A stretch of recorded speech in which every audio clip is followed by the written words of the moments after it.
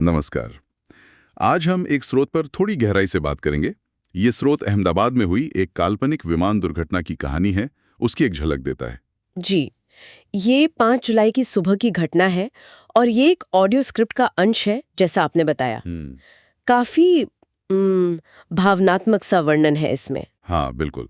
तो हमारा मकसद है कि इस काल्पनिक घटना के जो मुख्य बिंदु हैं, इसका असर और जो मानवीय पहलू स्रोत उठाता है, उसको समझें। हाँ, और ये स्क्रिप्ट असल में एक ऐसी सुबह की बात करती है जो आप सोचिए कितनी सामान्य रही होगी और फिर अचानक कैसे एक त्रासदी में बदल गई। तो चलिए देखते हैं स्रोत क्या कहता है। शुरू करते हैं।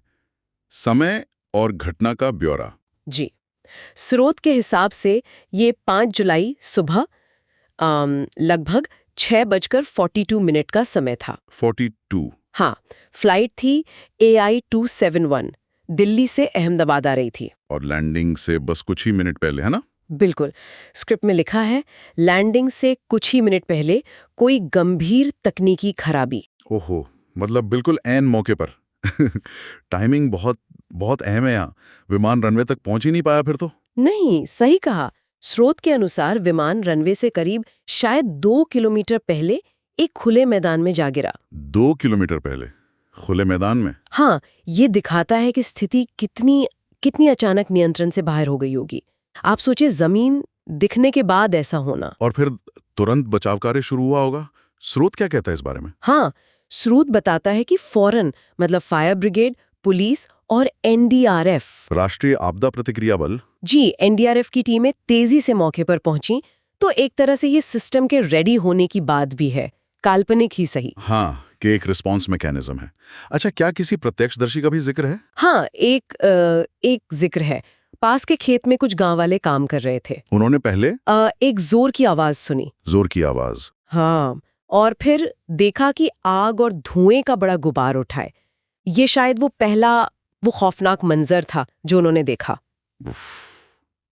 और यात्रियों के बारे में क्या जानकारी है? सबसे दुखद पहलू तो यही होता है। हाँ, बिल्कुल। स्क्रिप्ट बताती है कि विमान में कुल 65 यात्री सवार थे।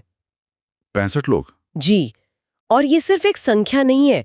स्रोत ये भी बताता है कि इनमें कुछ परिवार थे, शायद छुट्टियां मनाने जा रहे थे, कुछ लोग ऑफिस की मीटिंग के लिए। सबकी अपनी अपनी कहानियां, अपनी मंजिलें। बिल्कुल, और यहीं पर मतलब त्रासदी का असली चेहरा सामने आता है।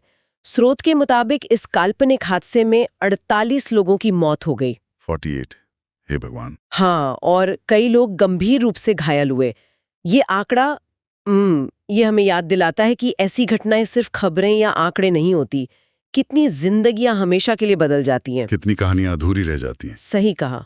अच्छा, जाहिर है ऐसी किसी भी घटना के बाद जांच की बात आती है। हम्म क्या स्क्रिप्ट में इसका कोई जिक्र है? हाँ, बहुत संक्षेप में बताया गया है कि एयरलाइन कंपनी और डीजीसीए, नागरिक उड्डयन महानिदेशालय। जी डीजीसीए ने जांच शुरू कर दी है। तो ये प्रक्रिया का हिस्सा है जो वास्तविक दुनिया में भी होता है। तो अगर हम इस पूरे स्रोत के सार को देखें, इसका केंद्रीय भाव क्या लगता है? मेरे ख्याल से ये एक साधारण सी सुबह का अचानक एक भयानक त्रासदी में बदल जाने की कहानी है। ये उन अधूरी योजनाओं, अधूरे सपनों की ओर इशारा करता है। और जीवन कितना अप्रत्याशित है। हाँ, असल में वही जीवन की नाजुकता, उसकी अनिश्चितता, यही इसका मूल भाव लगता है। ये वाकई सोचने पर मजबूर करता है। तो संक्षेप में कहें तो ये स्रोत एक काल्पनिक विमान हादसे का एक मार्मिक चित्रण है।